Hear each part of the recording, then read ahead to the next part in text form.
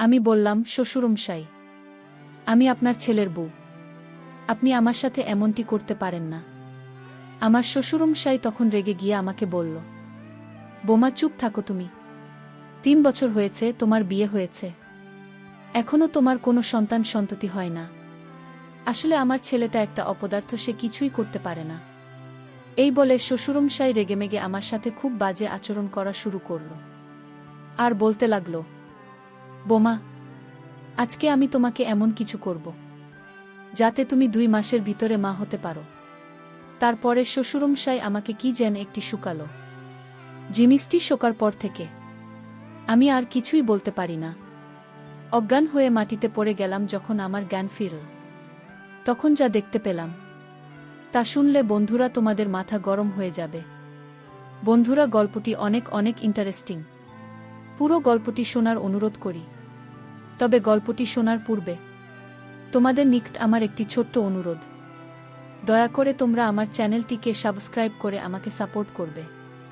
Hello বন্ধুরা, আমি রাতুল জান্নাত রানী। আমার ডাকনাম রানী। আমার গ্রামের বাড়ি কুড়িগ্রাম। 20 গ্রামের নিম্নবিত্ত পরিবারের একটি মেয়ে আমি। বর্তমানে আমার বয়স 25। আমার যখন বয়স 16, তখন একটা মধ্যবর্তী পরিবারে আমার বিয়ে হয়। আমার স্বামীর সংসারে আমাকে সহ মাত্র 3 জন সদস্য। আমি, আমার স্বামী রাফি এবং আমার শ্বশুরমশাই। আমরা বাস করতাম কুড়িগ্রামে। আমার স্বামী ঢাকায় একটি কোম্পানিতে চাকরি করতাম। আর এদিকে আমার শাশুড়ি মারা গেছে, গত 3 বছর হয়েছে।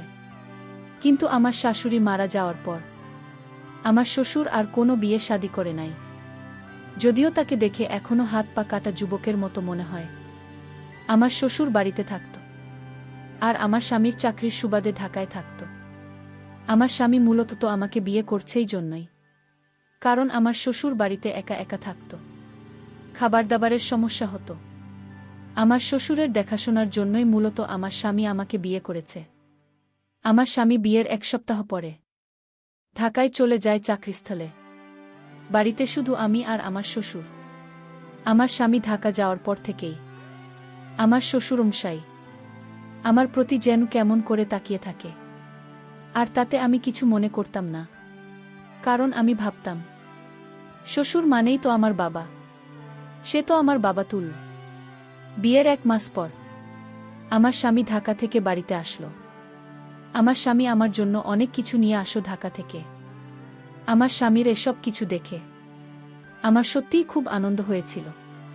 সেদিন রাতে আমার স্বামীর সাথে অনেক মজা হয়েছিল। আমার স্বামী আমাকে অনেক মজা দিয়েছিল। আমার স্বামী দেখতে অনেক সুন্দর, অনেক হ্যান্ডসাম ছিল। আমার স্বামীর উচ্চতা প্রায় 6 ফুটের কাছাকাছি ছিল। অনেক শক্তিশালী ছিল, সুদর্শন পুরুষ ছিল। এভাবেই চলতে লাগল আমাদের দিন। চাকরির সুবাদে আমার স্বামী ঢাকায় থাকত। 1 মাস পর পর বাড়িতে আসত। এসে আমাকে মজা দিয়ে আবার চলে যেতাম। এভাবে চলতে চলতে প্রায় আমার বিয়ের 3 বছর হয়ে গেল। আমাদের দিন খুব ভালোই চলছিল। কিন্তু বিয়ের 3 বছর হওয়ার পরেও আমাদের কোনো সন্তান সন্ততি হচ্ছিল না, আর আমরা কোনো ব্যবস্থা নিচ্ছিলাম না। এমতাবস্থায় আমি এবং আমার স্বামী খুব টেনশনে পড়ে গেলাম। আর এদিকে আমার শ্বশুরমশাই আমাকে বিরক্ত হয়ে বলতো, বোমা, তোমার বিয়ের 3 বছর হয়ে গেছে, এখনো আমি কোনো নাতি নাতনির মুখ দেখতে পারি নাই। আমি কি আমার নাতি নাতনিকে দেখে যেতে পারবো? এমন কথা বলার সময় আমার শ্বশুরমশাই আমার দিকে কেমন ভাবে তাকিয়ে থাকত। এই তাকিয়ে থাকার মধ্যে আমার শ্বশুরমশাইয়ের চোখের মধ্যে আমি ভিন্ন কিছুর গন্ধ পাচ্ছিলাম। তারপরেও আমি তেমন কিছু মনে করতাম না, কারণ আমার শ্বশুরমশাই শুধু আমার দিকে এভাবে তাকিয়ে থাকত। কিন্তু আমার সাথে বিয়ের 3 বছর হওয়ার পরেও কোনো খারাপ আচরণ করার চেষ্টাই করে না। বিয়ের 3 বছর পর এভাবেই কেটেছিল আমার দিন। খুব ভালোই ছিল, সুন্দরভাবে কাটছিল। কিন্তু আমার স্বামী একদিন ঢাকা থেকে বাড়িতে আসলো। ঢাকা থেকে বাড়িতে আসার পর রাত যখন 1-2টা বাজল, তখন আমার স্বামীর মোবাইলে হোয়াটসঅ্যাপে একটি মেসেজ চলে আসলো। মেসেজটি দেখে আমার সারা কাঁপতে শুরু করল। আমার কলিজা কাঁপতে শুরু করল। মেসেজটিতে লেখা রয়েছে, প্রিয় জান, কেমন আছো? তুমি কখন গেছো বাসায়? গতকালকে তুমি আমাকে যা দিয়েছ তাতে আমি অনেক সুখ পেয়েছি, অনেক মজা পেয়েছি। প্রিয় রাফি, কবে তুমি আসবে দেশ থেকে? তোমাকে ছাড়া আমার কিছু ভালো লাগে না। কবে আমি তোমার সন্তানের মা হন, আর আমাকে ছাড়া তুমি একা একা থাকবেই বা কি করে? তোমার কি কষ্ট হবে না? মেসেজটি পড়ে আমার কাছে মনে হলো যে আমার মাথার উপরে আসমান ভেঙে পড়ে গিয়েছে, পায়ের নিচে থেকে মাটি সরে গিয়েছে, সমস্ত শরীর একেবারে নিস্তব্ধ হয়ে গেছে। আটকে দিয়েছে জীবনের ধারা, থমকে গিয়েছে জীবন। মনে হচ্ছিল দম বন্ধ হয়ে আসছিল। ঠিক এই মুহূর্তে কি ভাবো বুঝতে পারি নাই। একটু খেয়াল করে মেসেজের উপরের অংশে গেলাম। উপরের অংশে যাওয়ার পর যা দেখতে পেলাম তাতে আমার আরও আতঙ্ক সৃষ্টি হয়ে গেল। উপরের অংশে লেখা ছিল, প্রিয় স্বপ্না, আমি বিয়ে করেছি, প্রায় 3 বছর হয়েছে। আমার কোনো সন্তান হয় না। আমার একটি সন্তানের খুবই প্রয়োজন। আমি বাবা ডাক শোনার জন্য পাগল হয়ে আছি। ইতিমধ্যে আমার বুকে অনেক ডাক্তার দেখিয়েছি, কিন্তু কোনো লাভ হয়নি। আমি নিজেও ডাক্তার দেখিয়েছি, কিন্তু ডাক্তার মশাই বলছে আমার কোনো সমস্যা নাই, যত সমস্যা আমার বউয়ের। স্বপ্না, আমি একটা বিয়ে করেছি, তা জানার পরেও তুমি কি আমাকে বিয়ে করবে? আমাকে কি তুমি একটা সন্তান উপহার দিতে পারবে? স্বপ্না বলেছিল, তুমি বিয়ে করেছ তাতে আমার কোনো সমস্যা নেই। আমি তোমাকে বিয়ে করতে রাজি। আমি তোমাকে তোমার এবং আমার বর্ষের মাধ্যমে আশা করি একটি সুসন্তান দিতে সক্ষম হবে। স্বামীর মোবাইলে হোয়াটসঅ্যাপে এরকম চাঁদ দেখে আমার রীতিমতো মাথা ঘুরে গেল। কি করব আমি কিছু বুঝে পাচ্ছিলাম না, ভেবে কিছু পাচ্ছিলাম না। কি করা যায় এমন অবস্থায়? আমার তো সন্তান হয় না। সেটা একমাত্র আল্লাহ পাকের ইচ্ছে হয়। আল্লাহ পাক চাইলে সন্তান দিতেও পারে, আবার চাইলে নাও দিতে পারে। কিন্তু এই জন্য তো আমার সংসার ভেঙে যাচ্ছে। আমার স্বামী আমার উপর সতীনে বসাচ্ছি, আরেকটি বিয়ে করে আমার স্বামীর মধ্যে একটি ভাগ তৈরি করছে। এটা পৃথিবীর কোনো মেয়ে সহ্য করতে পারবে না, বিশেষ করে বাঙালি মেয়ে। আমার স্বামীর মোবাইলে এরকম চাট দেখে আমি মোবাইলটা আস্তে আস্তে রেখে তারপর কাঁচতে কাঁচতে 2 চোখ ভিজিয়ে ফেললাম। আর এদিকে আমার স্বামী খুব আরাম করে ঘুমাচ্ছিল। আর ইদানিং লক্ষ্য করলাম আমার স্বামী আমার প্রতি খুব একটা বেশি টানে। থাকবেই বা কি করে, কারণ সে তো অন্য জায়গা থেকে যা কিছু পাওয়ার সবই পাচ্ছে। সারা রাত ঘুম নেই, 2 চোখে না। সকালে উঠে ফজরের নামাজ পড়লাম আর আল্লাহর কাছে কান্নাকাটি করলাম যে, হে আল্লাহ, আমার স্বামীকে তুমি সঠিক পথে ফিরিয়ে আনো। তুমি আমার কাছ থেকে সব কিছু কেড়ে নিয়ে যাও, কিন্তু আমার স্বামীর ভাগ তাকে নিয়ে না। আমি আমার স্বামীর ভাগটা কাউকে দিতে পারবো না। এভাবে আমার স্বামী ঢাকা থেকে এসে 2 দিন থাকার পর আবার ঢাকায় চলে গেল। মনের দুঃখে তাকে কিছু বলতে পারি নাই। আমার স্বামী চলে যাওয়ার পর আমি নীরবে একা একা শুধু কাঁদি, চোখের জল পড়ে। একদিন শ্বশুরমশাই আমাকে এসে ক্রন্দনরত অবস্থায় দেখে ফেলে। তারপর শ্বশুরমশাই আমাকে বলল, বোমা, কি হয়েছে তোমার? তুমি কাঁদছ কেন? আমি বললাম, বাবা কিছু না। তারপরেও আমার শ্বশুরমশাই আমাকে বলল, বোমা, তুমি আমার কাছে মনে হচ্ছে কোনো কিছু লুকাচ্ছে। আমি বললাম, না বাবা, আমি এমনি কাঁদছি। হঠাৎ করে আমার বাবা মায়ের কথা মনে পড়েছে, তো তাই করছি। তারপর আমার শ্বশুর আমাকে ধরে সান্ত্বনা দেওয়ার চেষ্টা করছে, কিন্তু আমার শ্বশুরমশাই যখন আমাকে ধরে সান্ত্বনা দেওয়ার চেষ্টা করছে তখন বিভিন্নভাবে আমার প্রতি বাজে ইঙ্গিত করছে, যা আমার কাছে খুব খারাপ লাগছে। কিন্তু তারপরেও সে তো আমাকে এই মুহূর্তে সান্ত্বনা দিচ্ছে, যে কারণে শত বাজে ইঙ্গিত পাওয়ার পরেও আমার কাছে খুব ভালোই লাগছিল। এভাবে আমার শ্বশুরমশাই আমাকে অনেকক্ষণ ধরে রাখল আর মাথায় বুলিয়ে দিতে লাগল। তখন আমি কিছুটা দুর্বল হয়ে গেলাম। দুর্বল হয়ে তার ছেলের সমস্ত বিষয় শ্বশুরমশাইকে খুলে বললাম। শ্বশুর মশাই এসব কথা শুনে আমাকে বলল, বলো কি বোমা, তুমি এইসব বিষয়ে আমাকে আগে বলবে না? আমি বললাম, বাবা, আমি তো আপনার ছেলেকে কখনো অবিশ্বাস করতাম। আপনার ছেলেকে প্রচুর বিশ্বাস করতাম, কিন্তু আপনার ছেলে যে এরকম একটা কাজ করবে তা আমি কখনো কল্পনাও করতে পারি নাই। আমার শ্বশুরমশাই ছেলের এরকম কাণ্ডের কথা শুনে আমাকে সান্ত্বনা দেওয়ার চেষ্টা করল, কিন্তু এই সান্ত্বনা দেওয়ার ফাঁকে ফাঁকে আমার শ্বশুরমশাই আমার সাথে ভিন্ন রকম আচরণ করার চেষ্টা করল। আর বলব, মা, তুমি শান্ত হও, আজকে তোমার সন্তান হয় না বিদায়। সে একটি সন্তানের আশায় এরকম ধরনের সিদ্ধান্ত নিয়েছে। তুমি একটু ধৈর্য ধরো, তোমাকে আমি আগামীকালকে একটি কবিরাজের কাছে নিয়ে যাব।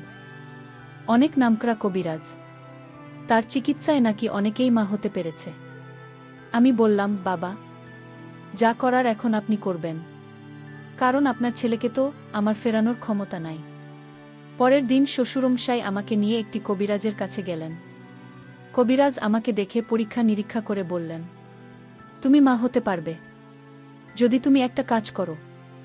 অবশ্যই কাজটি করা আমাদের সমাজের আইনের বিধানে নেই। আমি বললাম, কবিরাজ মশাই, কি কাজ একটু ক্লিয়ার করে বলুন।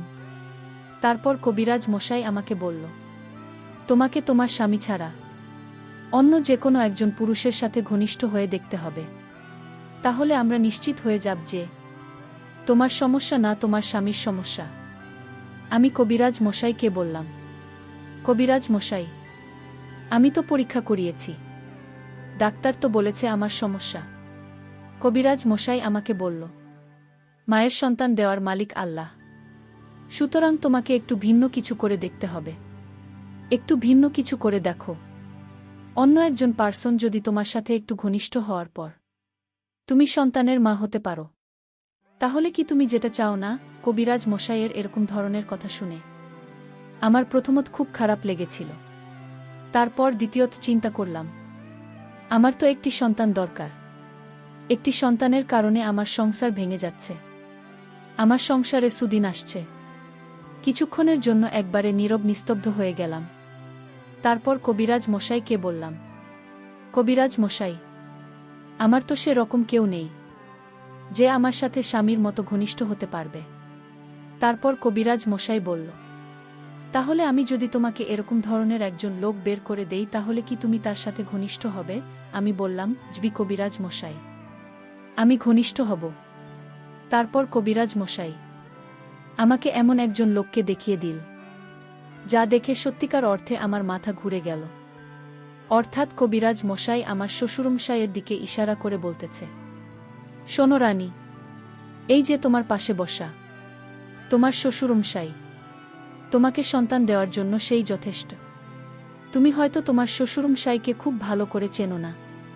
তোমার শ্বশুরমশাই আমার ভালো একজন বন্ধু। তারপর কবিরাজ মশাই আমাকে বলল, আচ্ছা রানী, আমার একটা প্রশ্নের জবাব দাও তো। আমি বললাম, কি কবিরাজ মশাই? কবিরাজ মশাই আমাকে বলল, তোমার শাশুড়ি মারা গেছে কতদিন হয়েছে? আমি বললাম, 3 বছরের অধিক।